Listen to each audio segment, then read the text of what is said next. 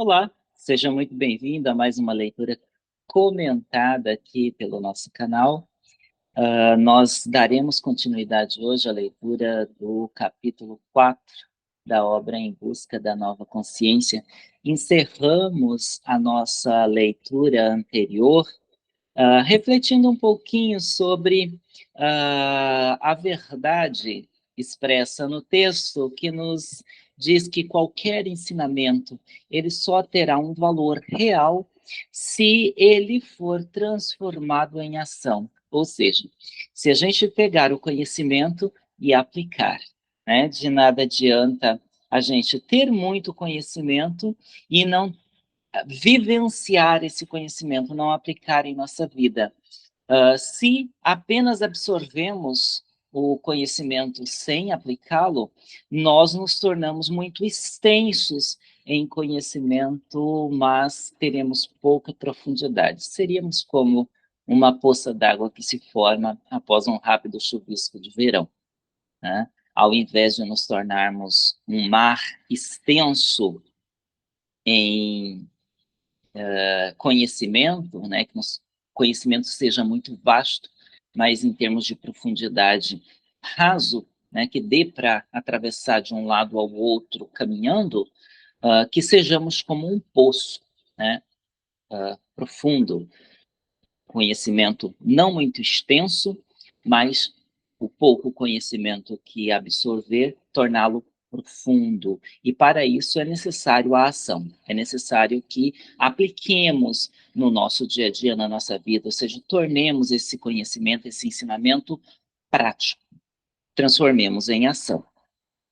Então, o trabalho interior, ele vai ser sempre resultado de um esforço diário, cotidiano, disciplinado, focado, resistente, né, para transformar a teoria em prática. Disse resistente aqui porque esse ano nós refletiremos, estamos já refletindo e refletiremos sobre a resistência. A resistência ela não é boa e nem má, né?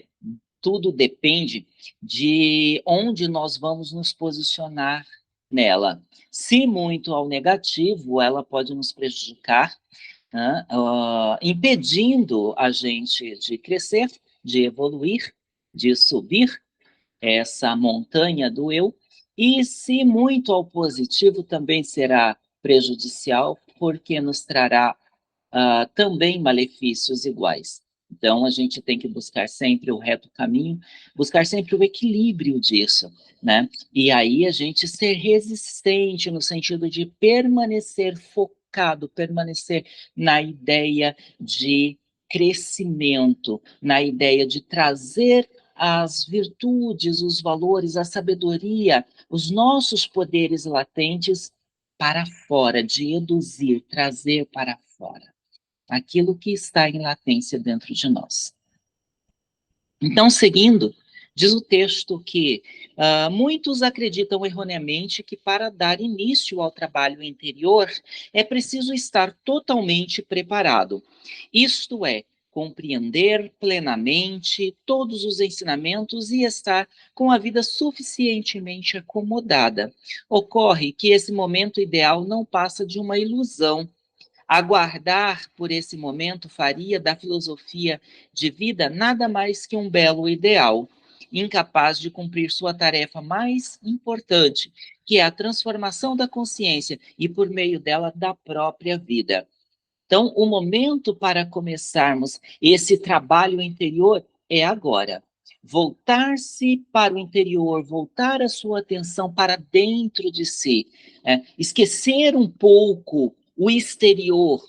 A gente, inconscientemente, isso vem pela nossa cultura, nós somos treinados ao longo da vida para assumirmos um certo papel de vítima, ou seja, buscar fora de nós os responsáveis por tudo aquilo que nos acontece.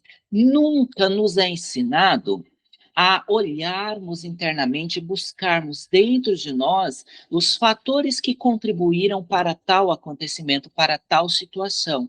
E aí É muito comum passarmos a nossa vida inteira tentando justificar tudo o que nos acontece por meio da ação dos outros, por meio da ação externa. Então, é necessário que a gente se volte para nós mesmos, para o nosso interior, para buscar as respostas que precisamos em nosso interior. Esse trabalho interno começa com uma sondagem, a sondagem da mente. Quem de fato é o Cláudio? O que de fato acontece com o Cláudio para que ele dê esse tipo de resposta ou aquele tipo de resposta ao mundo? Ou uh, o porquê, né, que determinadas coisas acontecem ao Cláudio corriqueiramente. Né? Que padrão é esse? É possível compreender esse padrão? É possível interromper os efeitos desse padrão em compreendendo a causa? Então, esse trabalho interno que vem pelos ensinamentos dos grandes homens que passaram pela face da terra e deixaram aí as suas pegadas pela sua envergadura moral, pela sua estatura moral, deixaram as suas pegadas e hoje nós as seguimos. Então, esses ensinamentos e mais o nosso compromisso de nos tornarmos melhor, de nos melhorarmos, né? E por meio da transformação do conhecimento, do ensinamento em prática, vai fazer com que a nossa consciência seja transformada. Então, nós temos muitos pontos obscuros sobre quem somos, sobre nós mesmos, e aí nós devemos lançar luz sobre cada um deles e iluminar com a nossa consciência cada um deles. Imaginemos que nós estamos aqui, ao invés, né, dessa sala virtual, dessa janela que me coloca em contato com vocês, aí do outro lado que irão assistir esse vídeo, nós, ao invés dessa janela, estivéssemos numa sala uh, de aula comum, normal, com carteiras e tal, mesa, e só que não tivesse ali luz, né? Tudo escuro, então chega alguém e senta, de repente a sala está lotada, mas eu não consigo vê-los. E aí eu pego uma lanterna e eu foco no rosto do primeiro que se sentou, ou que eu pense que seja o primeiro. Então, eu tenho a consciência, né? Eu ilumino com a luz da consciência esse primeiro, e aí eu estendo o foco que vai me trazer a consciência um segundo, um terceiro.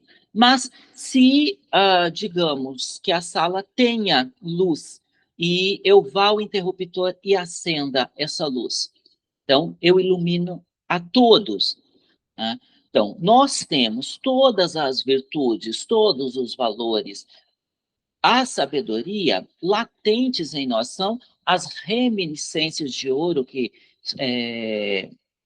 Pitágoras falava. Então, nós temos isso dentro de nós trazemos isso dentro de nós, mas está em latência. E para que isso venha para a nossa total consciência, nós vivemos muito inconscientes, vivemos muito no automático, na repetição e na projeção.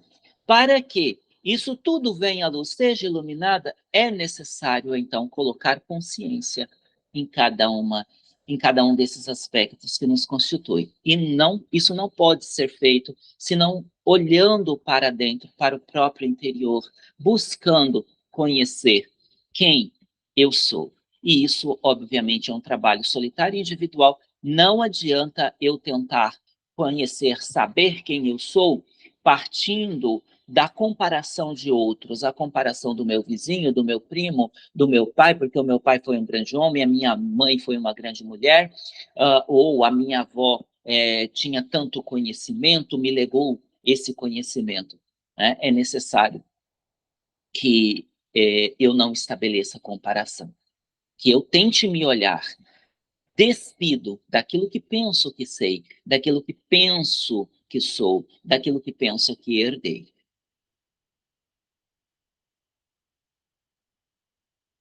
Somente um esforço sincero, nesse mesmo instante, no presente vivo, permitirá a realização efetiva do caminho. Desse modo, transformaremos a teoria em realidade, após a vitória sobre inúmeros obstáculos. Nós estamos refletindo e continuaremos refletindo todo o ano sobre a resistência. Quando nós nos comprometemos a algo, principalmente se esse algo vai implicar a nossa melhoria como seres humanos, logo de cara a gente vai se deparar com muitos obstáculos. E muitos desses obstáculos são colocados pela nossa própria mente, muitos deles travestidos em crenças nossas, naquilo que gostamos, naquilo que acreditamos. Então, por isso que esse esforço de compreender-se, de entender-se, de jogar luz sobre os seus becos, ele é tão necessário. Trazer a sua mente que fica indo para o passado o tempo todo para tentar justificar o seu presente, projetando o futuro, porque amanhã eu vou fazer isso, amanhã eu vou ser feliz, depois que eu me formar eu vou ser feliz, depois que eu me casar eu vou ser feliz. O momento para ser feliz é agora. O presente vivo, o momento para realizar é agora. E o trabalho de transformação da consciência, ele só é possível nesse presente, nesse aqui e agora vivo. Só é possível transformar a teoria em realidade, os ensinamentos que recebemos neste exato momento. Sobre o passado, nós não podemos arbitrar. O futuro, ele é incerto. São possibilidades inúmeras que estão num devir, em algo que pode ser, mas não é. Então, é o presente vivo que nos possibilitará, por meio do ensinamento que recebemos, ou dos ensinamentos que recebemos, e que colocamos em prática, transformar a nossa realidade, a nossa vida, a nossa consciência. Mas, como o texto diz, os obstáculos surgirão. E as primeiras resistências, acredite, surgirão na sua própria mente, na minha própria mente, na nossa própria mente. A etapa seguinte do caminho é a realização plena, a transformação da própria vida, a partir da transformação da consciência. É a colheita de todo o trabalho interior de autotransformação, que é uma condição psíquica e estrutural. Bom, o texto é bastante claro. É só depois de você receber o ensinamento, de você colocar esse ensinamento em prática, de você sondar a sua consciência, de você entender os seus gatilhos, entender as causas dos efeitos que você sofre, que você, então, colherá os louros desse esforço. Não adianta querer fazer colheita sem plantio, né?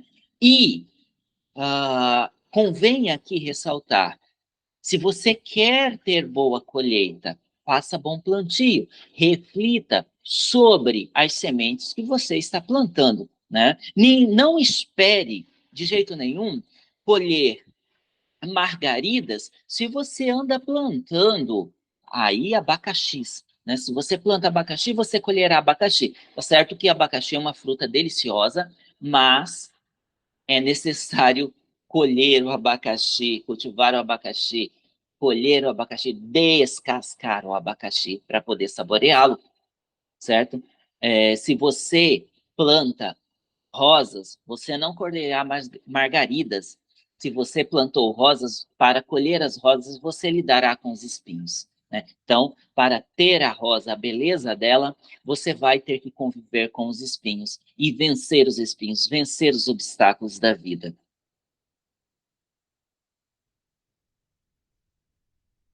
Então, os resultados desse trabalho interno é sempre uma nova condição psíquica, uma nova condição mental, uma nova condição emocional, novos pensamentos, novos desejos, ou pensamentos doutrinados, desejos doutrinados, emoções conhecidas e dominadas, certo? Então, essa realidade será, né, se constituirá disso.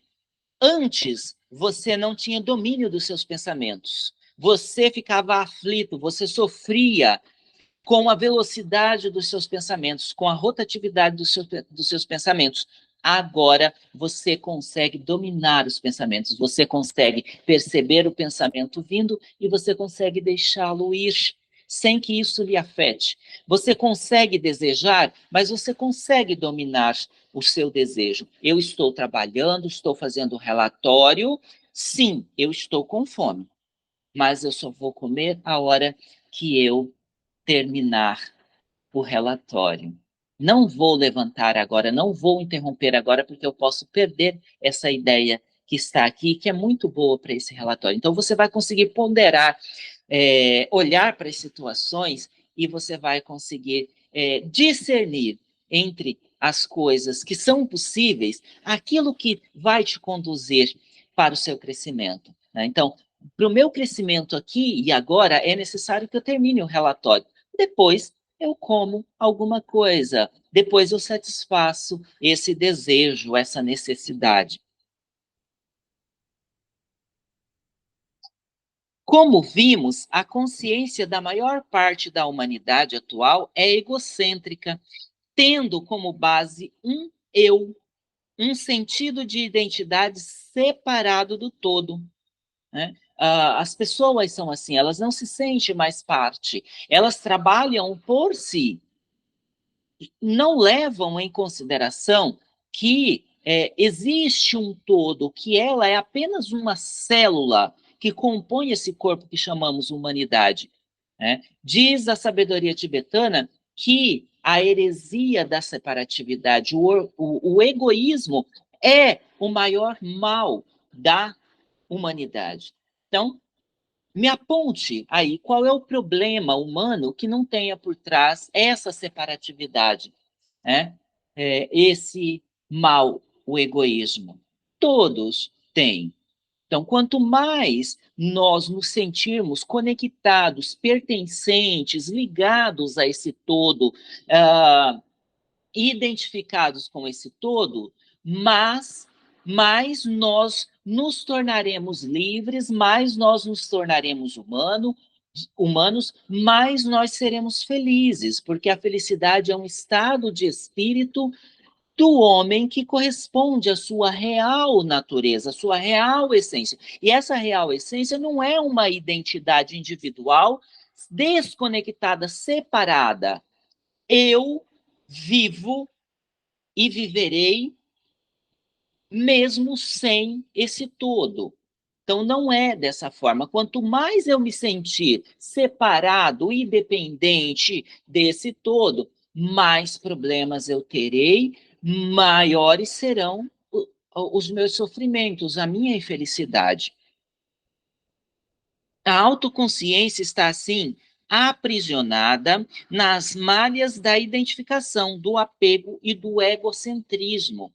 Veja bem, quanto mais eu me identifico com algo que é temporal, passageiro e ilusório, mais eu me apego a isso, e o apego gera paixão, a paixão gera desejo e medo, gera o desejo de continuar possuindo e gera o medo de perder. Ou seja, isso tudo vai ser traduzido em um resultado que nós podemos classificar como sofrimento, dor e sofrimento, tá? Tudo está na esfera do egocentrismo, ou seja, da separação. Eu comparo, eu separo, eu excluo, né? Eu sou melhor do que o outro. Eu pego o meu eu, a minha identidade, e coloco sempre em detrimento a dos demais. Eu nunca coloco com, eu coloco fora, separado, excluído. E isso é o grande mal da humanidade. Essa consciência se desenvolve a partir do momento em que uma consciência passa a perceber a si mesma.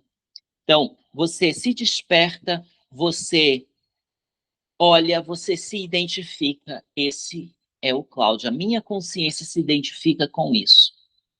E aí, a partir desse centro, o ego é o centro, conhecer tudo que está em volta desse ego é o egocentrismo. Isso é necessário.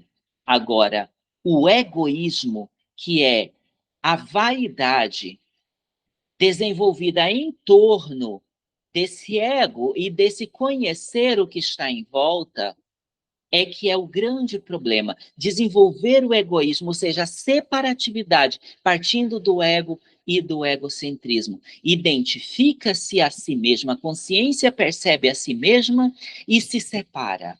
Esse é o grande problema. Esse é o mal a ser evitado. Essa consciência se desenvolve a partir do momento em que uma consciência passa a perceber a si mesma, mas para avançar em seu desenvolvimento, a humanidade precisa transcender essa condição. Ou seja, é necessário que você reconheça esse ego, né?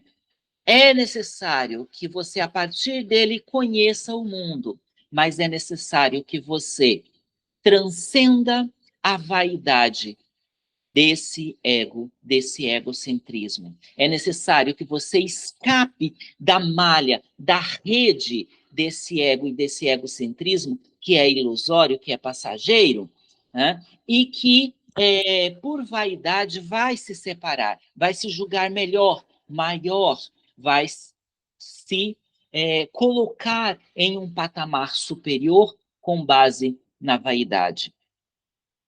Certo? É preciso olhar e reconhecer que esse egocentrismo, ele é necessário, mas que ele não é individualizado apenas, ele faz parte de um todo e é necessário transcender, então, os desejos desse ego e desse egocentrismo e buscar a conexão com esse todo e buscar a consciência universal que está presente nesse todo e deixá-la dominar a consciência eu que é composta aí por esse ego e esse egocentrismo.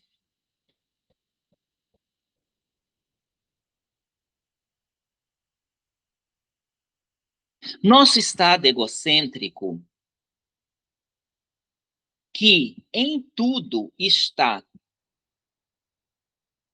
direcionado para os nossos eus ou consciências egocêntricas, o mundo exterior constitui um espaço de objetos separados, onde nos movimentamos e agimos com nosso corpo, que é um desses objetos, ao longo do tempo, ou seja, do tempo passado para o futuro.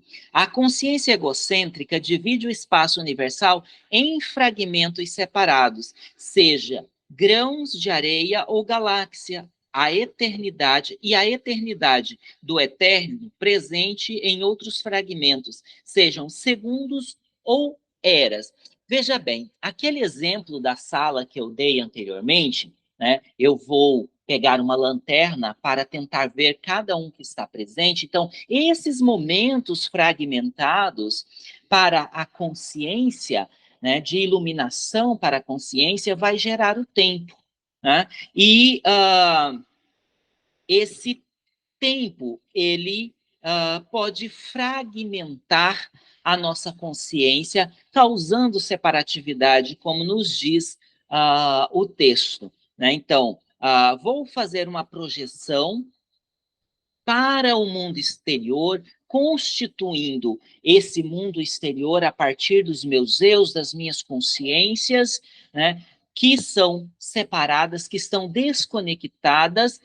Obviamente, esses objetos que tornam-se realidade para a minha consciência igualmente estarão separados, porque há sempre uma correspondência, aquilo que é dentro é como fora, e aquilo que é fora é como dentro. Então, se eu tenho várias consciências, vários eus ali separados, desconectados da unidade, tudo o que esses eus, essas consciências iluminar fora no mundo externo estará igualmente separado. Tá? Então, a consciência egocêntrica divide o espaço universal em fragmentos separados.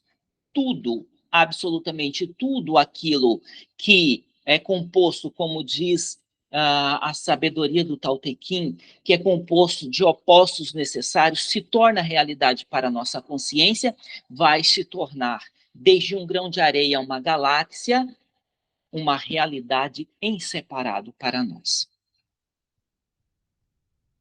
É natural, portanto, não questionar a seguinte compreensão que temos do mundo: eu existo separadamente de todo o resto dos outros objetos que constituem o universo. Eu conheço esse universo exterior através de meus sentidos e me perpetuo como eu através do tempo de minha vida e mesmo além dela. Aquilo que eu disse, isso que eu chamo de eu, constituo como eu, né? Esse centro, esse meu ego, ele é necessário. Né? Eu existo no mundo a partir dele. Conhecer tudo o que rodeia a mim, conhecer o mundo, conhecer o universo, eu vou conhecer a partir desse ego, a partir dessa consciência. A partir disso, então, é que vai surgir esse egocentrismo. Né? É a partir de um centro que eu conheço e que eu me dou a conhecer. Eu não posso criar um egoísmo, que seria a separatividade do meu ego, desse ego que me constitui. Eu não posso concebê-lo como separado. Mas não paramos aí. Também percebemos os pensamentos, sentimentos e vontades como objetos, ainda que pareçam ser gerados por nós ou por esse eu que percebemos como nossa verdadeira identidade e que parece habitar nossa cabeça. Por isso dizemos: eu penso, eu sinto, eu quero, etc. Em nosso campo morfogenético individual, os pensamentos, sentimentos e reações se particularizam e isolam, criando uma realidade dividida e separada do todo. Uma vez desperta a consciência para um eu separado e isolado, tudo o que for conhecido a partir desse eu, dessa consciência, terá essa separatividade. Logo, a separatividade, o egoísmo, é o mal a ser combatido. Dessa forma, tudo o que conhecemos na manifestação universal, do mais sutil ao mais concreto, do aglomerado de galáxias ao mundo subatômico, é apenas o que filtramos de uma realidade multidimensional através de nossos sentidos e de nossa consciência iludida nas malhas do egocentrismo. Se o egocentrismo, essa atividade do conhecer a partir do ego, estiver contaminada pelo individualismo, estiver contaminada pelo egoísmo, tudo aquilo que passar a ser realidade para a nossa consciência estará igualmente contaminado, estará sendo constituído como uma ilusão, porque a separatividade gera uma ilusão de que somos melhores, de que somos maiores, de que somos realmente separados de todo o resto da manifestação. Né? Isso também está relacionada à própria crença de que a nossa mente, a nossa consciência vai impetrar de que nós somos reais, nós, tá? Matéria, somos reais. Esta realidade parcial pode ser reconhecida e descrita pela consciência egocêntrica que tudo divide e categoriza. Nós temos uma faixa da nossa mente que nós chamamos de mente concreta ou mente dos desejos, que o trabalho dela é esse, né?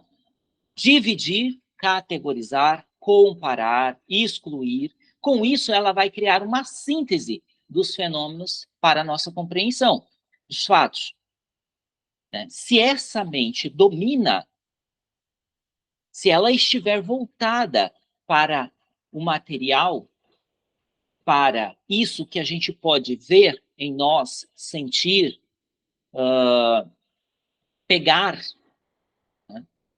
Essa mente, ela vai estar sempre voltada para esse tipo de realização, né? Que diz o texto, divisão e categorização. Porque é assim que ela atua. Essa divisão, essa categorização, ela é problemática, porque aí aparece o egoísmo, né? Eu sou melhor do que o outro por causa disso, eu sou melhor do que fulano por causa daquilo, e nisso a gente mergulha vertiginosamente na heresia da separatividade. Isso tem valor, claro. A ciência, por exemplo, só se desenvolveu graças ao desenvolvimento desse tipo de percepção. No entanto, a totalidade da manifestação universal, em sua unidade, não pode ser conhecida nem descrita dessa forma. É por isso que a gente costuma dizer que nós temos dois tipos de fatos, de fenômenos. Aquilo que pertence ao mundo sensível, isso que é possível de dividir, de categorizar, né, de comparar, e aquilo que é do mundo inteligível, né? Aquilo que pertence às ideias, aquilo que é atemporal, aquilo que é valor, aquilo que é virtude, aquilo que é sabedoria.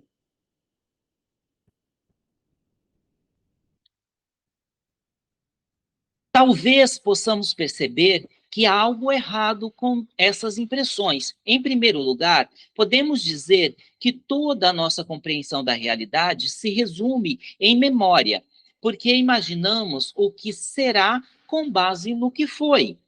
Ora, vivemos lembrando o passado, em alguns casos, lamentando que ele não pode voltar, em outros, culpando-o pelo que somos hoje. Ora, vivemos projetando nossa felicidade no futuro, pensando que tudo será melhor quando tivermos isso ou aquilo, ou quando alguma situação projetada se concretizar em nossas vidas, né? No início da nossa leitura de hoje, eu toquei nesse assunto. A nossa mente, ela fica o tempo todo ocupada em visitar o passado para tentar condicionar o nosso presente com base naquilo que foi. E aí a felicidade vai ser algo que vai ser sempre projetado para o futuro. Porque quando eu isso, eu vou ser feliz, quando eu aquilo, eu vou ser feliz. E nisso, a nossa possibilidade real de ação, nossa possibilidade de realização vai se esvaindo, com a nossa mente perdida na ilusão do passado e na projeção do futuro. Todavia, tanto as memórias quanto as antecipações constituem realidades percebidas no presente. A nossa mente, ela não sabe o que é passado, nem o que é futuro. Ela sabe o que é presente. Tanto que, quando a gente se recorda de algum momento traumático do passado, nós tendemos a reviver o sentimento daquele momento. Como isso é possível se o trauma está no passado, se ficou no passado? Bom, a nossa mente revisita essa memória em algum lugar no nosso corpo e ela transfere o sentimento impresso nessa memória para o aqui e o agora, que é a única coisa real que ela conhece, que ela sabe. Tudo isso é tão natural em nossas vidas que nem mesmo questionamos se é possível uma forma de consciência e percepção diferentes, ainda que muitas vezes reconheçamos nossas limitações. Por exemplo, aparentemente habitamos um local firme, estático, uma terra ao redor da qual o Sol, a Lua, os planetas e as estrelas fazem suas órbitas, mas sabemos que não é bem assim. Muitos problemas surgem por causa da nossa percepção limitada da realidade. Como nós percebemos como seres separados, como nos percebemos como seres separados de todo o resto, vivemos para os nossos objetivos próprios e não levamos em consideração as consequências dos nossos atos, muitas vezes prejudiciais aos outros seres humanos e à natureza. E por mais que tentamos superar esse estágio através do cultivo da bondade, se não houver uma mudança fundamental da nossa estrutura da consciência, continuaremos essencialmente egoístas. A gente, por crer que somos, né, separados, que não estamos ligados a tudo, ou que somos o topo da pirâmide, que somos a coisa mais importante na manifestação, a gente age de forma que prejudica os nossos semelhantes e a natureza. Né? Nós somos uma ameaça ao equilíbrio do planeta, porque nós destruímos o meio ambiente em que vivemos, o nosso próprio habitat nós destruímos, certo? Então, por mais que a gente tenta desenvolver um senso de bondade, se a gente não tiver uma consciência transformada, nós continuaremos sendo egoístas, né? Vamos olhar um pouquinho para a realidade nossa, principalmente a realidade política. Né? Políticos, eles sequestram causas como o meio ambiente, como indígenas, como minorias, não para militar para o bem comum do meio ambiente, dos indígenas ou das minorias, mas para se beneficiar. É sempre, se você olha tanto por o macro da política quanto por micro, as nossas vidas aqui no dia a dia, é sempre o que eu posso ter que me favorece. Nunca o que eu posso ter que me faz crescer e faz crescer o meu entorno. Ou seja, me beneficia e beneficia aos outros. É sempre o que eu posso ganhar com esse saber, é sempre o que eu posso ganhar com isso que eu criei. Não estou dizendo aqui que você não deva ganhar nada com o que você criou. Deve, mas contudo, que isso não seja uma heresia da separatividade, que isso não seja prejuízo aos demais, que o seu benefício não seja em detrimento a de todos. Aqui nos deparamos com um ponto muito importante do tema nossos conflitos, que são as contradições de nossa vida, surgidas de uma consciência voltada para o próprio ego. A realidade dual e separada que percebemos, com suas inúmeras divisões e contradições, é o espelho da consciência egocêntrica, que projeta sua própria cisão interna no mundo externo. Vivemos um mundo separado por religiões, filosofias, países, partidos políticos e ideologias, porque nossa consciência egocêntrica dividiu a realidade una dessa forma. É a divisão interna entre o que pensamos, sentimos e fazemos que gera toda a divisão que percebemos no mundo exterior. Né? Eu falei de política há pouco, né? Toda essa divisão política toda essa mixórdia de falta de consciência com egoísmo é gerada por essa divisão, pela heresia da separatividade, por essa vaidade em torno do ego e do egocentrismo. Tá? Não venham me dizer que partido A, partido B, ideologia A, ideologia B, vai unir o país mediante a separação que vivemos. Não vai, porque partido político, ideologia, é resultado dessa separação, da nossa ação. Não vai resolver enquanto nós não nos voltarmos para a unidade. Enquanto nós não superarmos essas dualidades, nós não vamos nos elevar. Né? Imagine duas crianças brigando por um ursinho. Chega uma terceira criança, se ela deseja o ursinho, serão agora 3 crianças brigando pelo ursinho. Só é possível harmonizar essas 3 crianças, uma quarta criança ou um adulto que superou o desejo pelo ursinho. Então, para que nós consigamos lidar com essa separatividade em torno da ideologia política, em torno dos políticos, é impressionante como a sociedade tem a capacidade imbecil de brigar por políticos e não com os políticos para ter os seus direitos garantidos. Então, se a gente quiser harmonizar essas duas trincheiras, a gente vai ter que sair primeiro da trincheira, iluminar a sua consciência quanto às trincheiras e se posicionar acima delas. Aí sim, você conseguirá harmonizar, você conseguirá unir. De outra forma, não.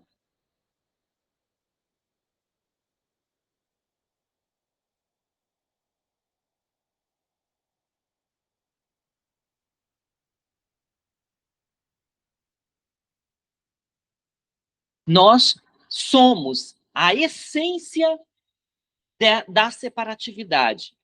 Né? Nos dividimos em classes sociais, nos dividimos por etnias, é o branco, é o preto, é o indígena, é o amarelo. Nos dividimos por credos, é o assembleiano, é o católico, se bem que assembleiano e católico são todos cristãos, é uma mesma religião, de denominações diferentes apenas. Nos dividimos em espíritas, em candomblecistas, em umbandistas. Nos dividimos em filósofos à maneira clássica, nos dividimos em filósofos imanentes, nos dividimos em filósofos materialistas e por aí vai. Nos dividimos em políticos de centro, de esquerda, de direita, de extrema esquerda, de extrema direita. Percebe que somos produto da separatividade.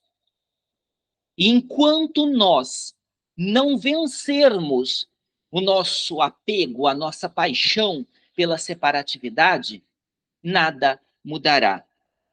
Como podemos ir além dessa consciência egocêntrica e avançar rumo à consciência da unidade?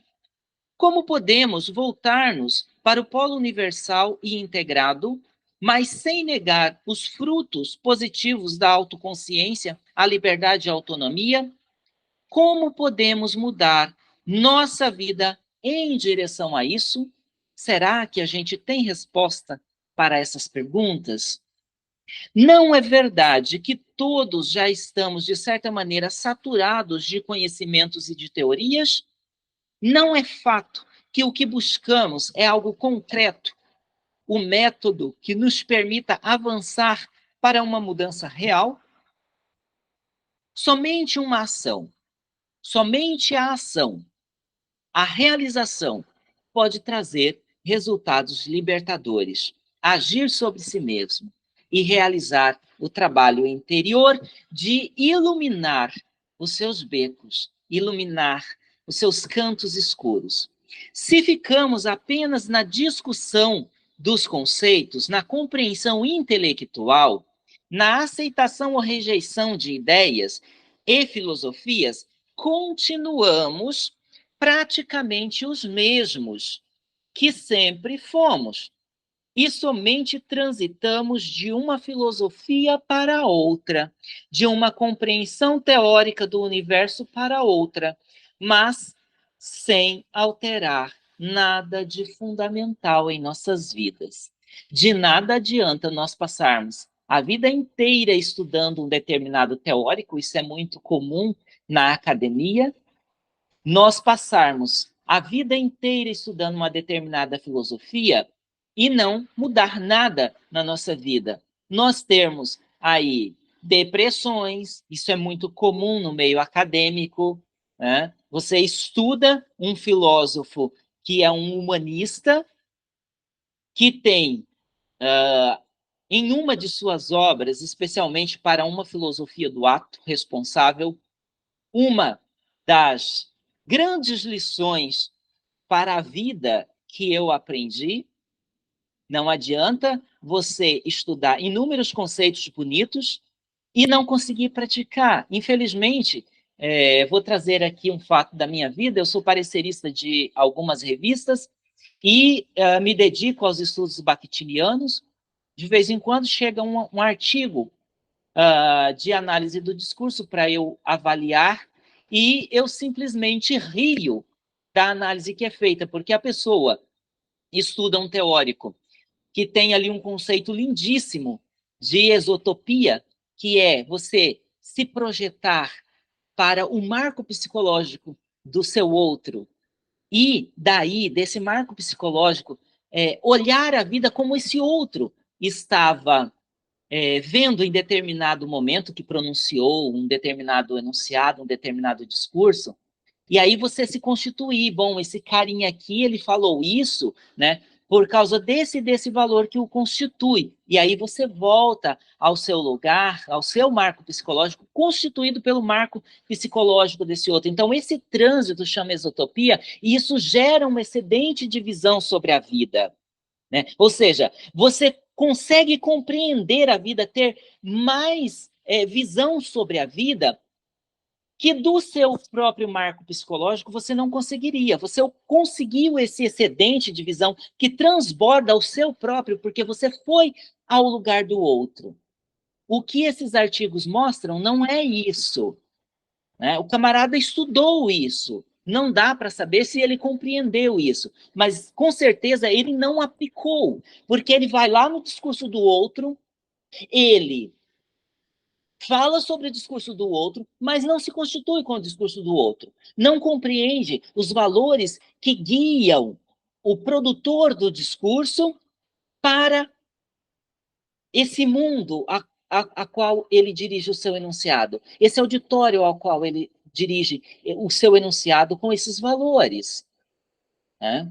E volta ao seu lugar de origem para, a partir dos seus próprios valores, não do excedente de visão criado, mas a partir dos próprios valores, dos valores que ele já tinha para analisar e então descer o cacete no produtor do discurso.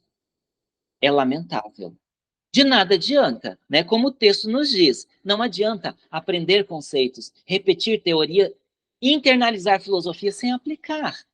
Você precisa aplicar, você precisa viver. Não adianta você falar de exotopia se você não consegue ir ao lugar do outro, se constituir com o outro e voltar ao seu lugar com um excedente de visão. Ou seja, com a sua compreensão alargada, né? Com a sua compreensão aumentada a partir do excedente de visão criado pelo lugar do outro.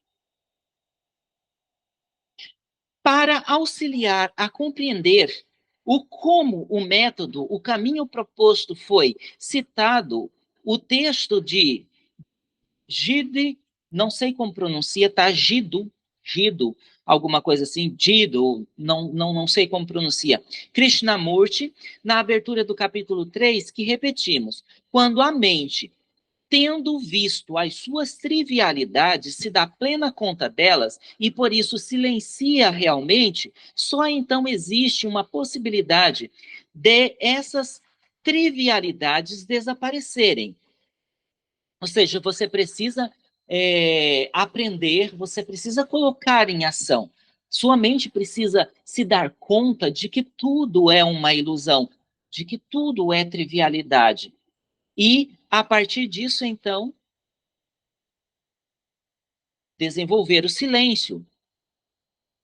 Mas enquanto você pergunta com o que a mente deverá se ocupar, ela estará ocupada com trivialidades, seja com a construção de uma igreja, a dedicação a uma oração ou a visita a um santuário. Vocês têm que compreendê-la. A mente tem que reconhecer as suas próprias atividades.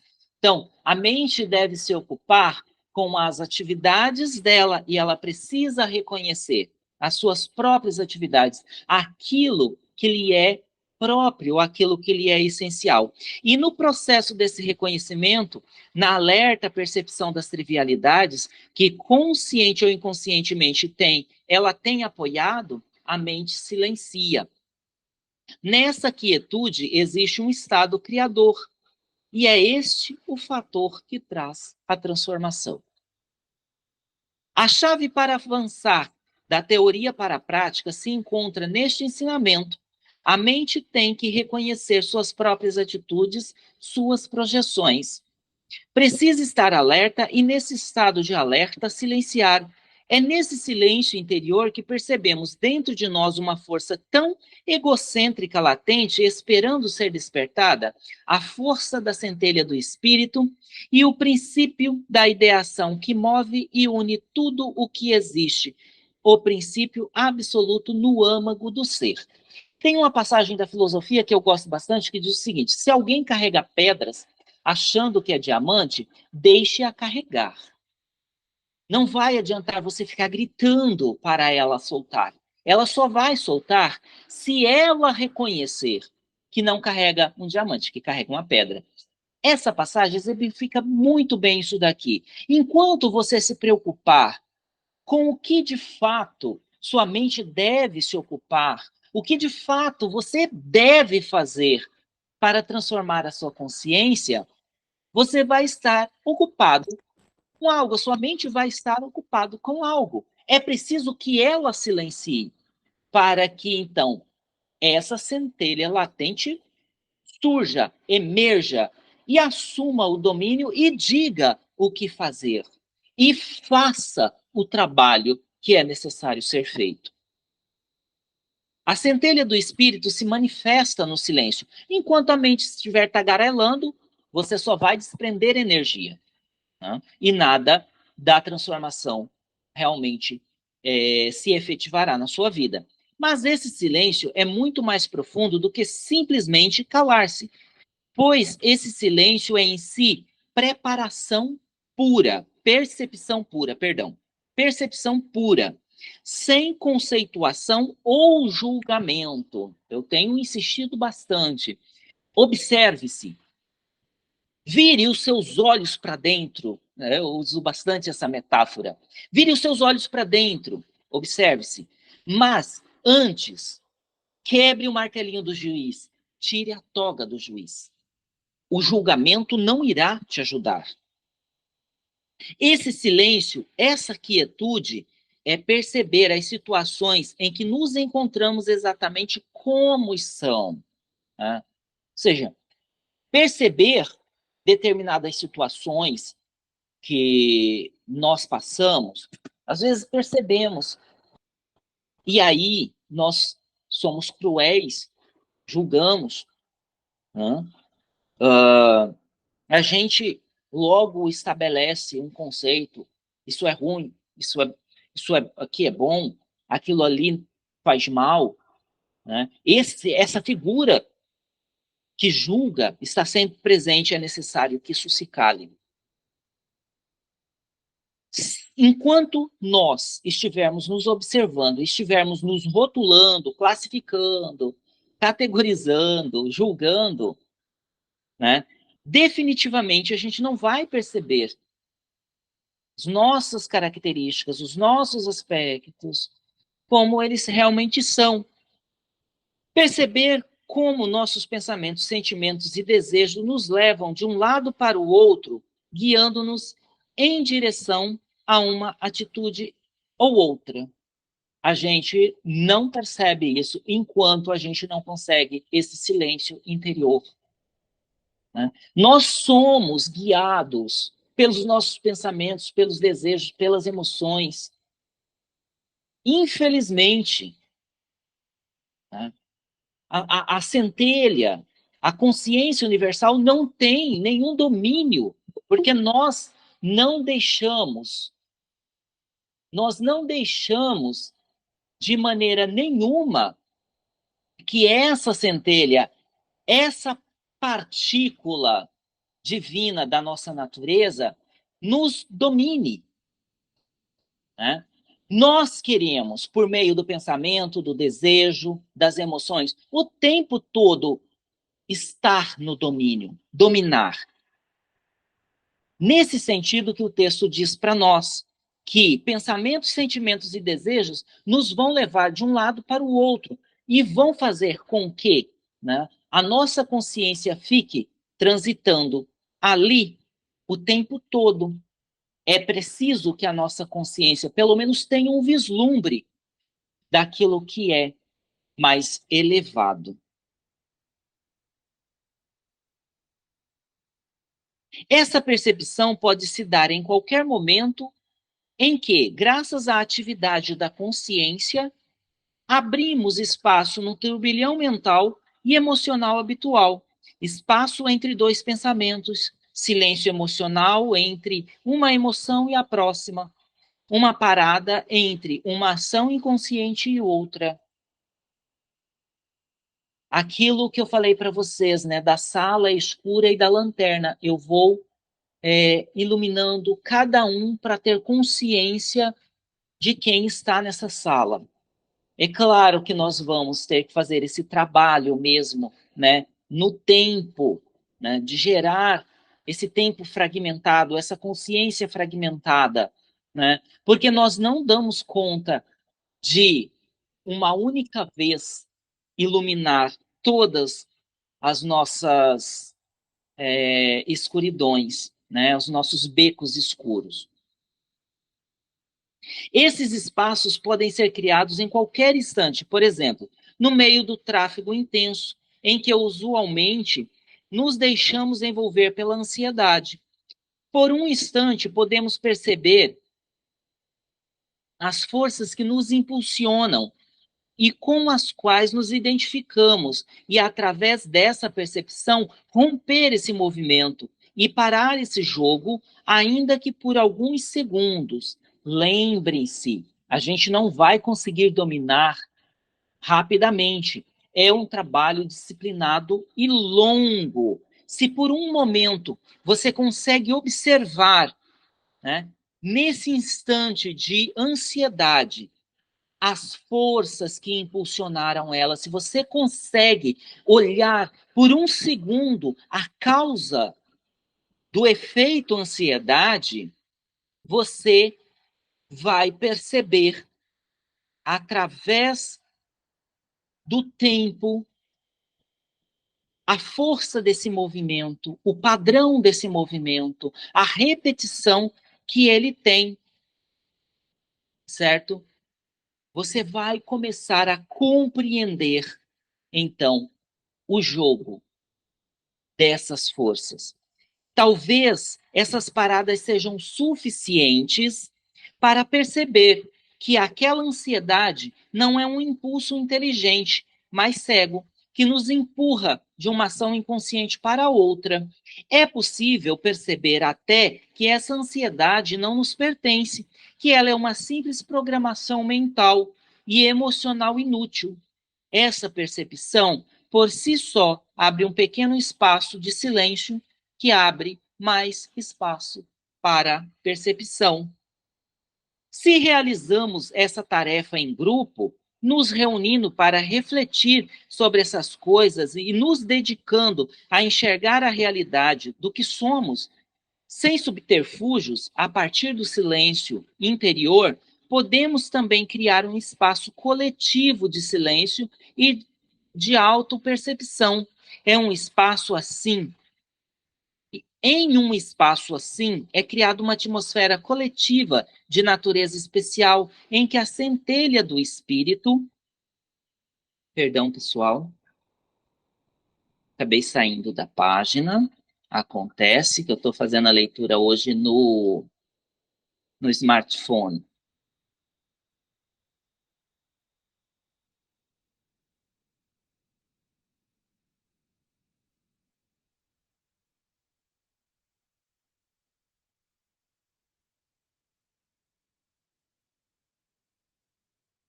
Em um espaço coletivo, é criada uma atmosfera coletiva de natureza especial, em que a centelha do espírito pode despertar e se manifestar. Nesse caso, contamos não apenas com nossa própria força individual, mas com as forças de todo o grupo. Veja, como que seria, né, muito bacana, muito legal, reunir um grupo de pessoas que tivessem a mesma intenção, o mesmo objetivo de despertar a centelha, de despertar o domínio do eu superior, né? Seria muito maravilhoso. Como diz o texto, né? Nesse ambiente, nós contaríamos com uma força, com uma energia que ajudaria a centelha a se despertar e a manifestar. E nesse grupo contaríamos não apenas com a nossa força individual, mas com a força de todos no grupo. Nós estamos caminhando para o final da nossa leitura, tá? Nesses momentos especiais, já não há separação no espaço e no tempo. Não há projeções sobre o futuro, nem todo o fardo do passado. Não há tampouco separação entre o eu e o do outro, o seu eu e o do outro, entre a consciência individual e a consciência do todo.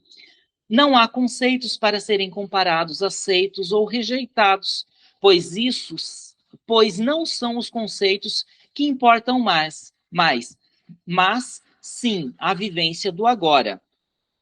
Com base nessas vivências, podemos retornar ao dia a dia complicado e vivenciar as experiências de uma consciência mais clara dos impulsos que nos movem a cada instante. Isso possibilita cortar o circuito de ações inconscientes habituais, que muitas das vezes nos conduzem a contradições internas e a conflitos.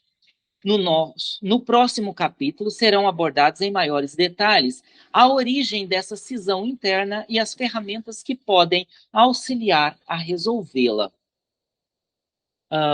O meu objetivo aqui com o pequeno grupo que se reúne para essa leitura, infelizmente hoje ninguém pôde estar presente no momento da videoconferência, creio que todos têm os seus motivos, e para tudo a hora e lugar, né? Então, o vídeo será disponibilizado nos nossos canais e poderá ser assistido.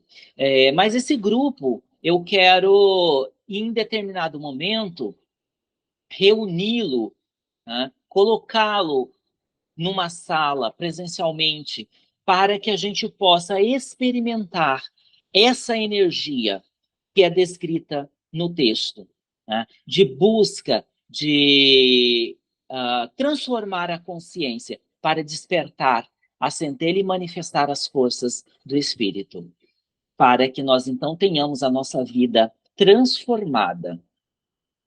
A todos vocês que acompanharem essa nossa leitura, o meu muito obrigado. Eu gosto muito desse momento, porque é um momento que eu aprendo um pouco mais sobre aquilo que ensino, aquilo que vivencio, aquilo que aplico no dia a dia na minha vida. Tudo o que falo, tudo o que tenho a transmitir é resultado de um esforço para transformar todo o ensinamento que eu recebo em prática. Meu muito obrigado à sua audiência, que para nós é sempre sinal de prestígio. Até o nosso próximo encontro.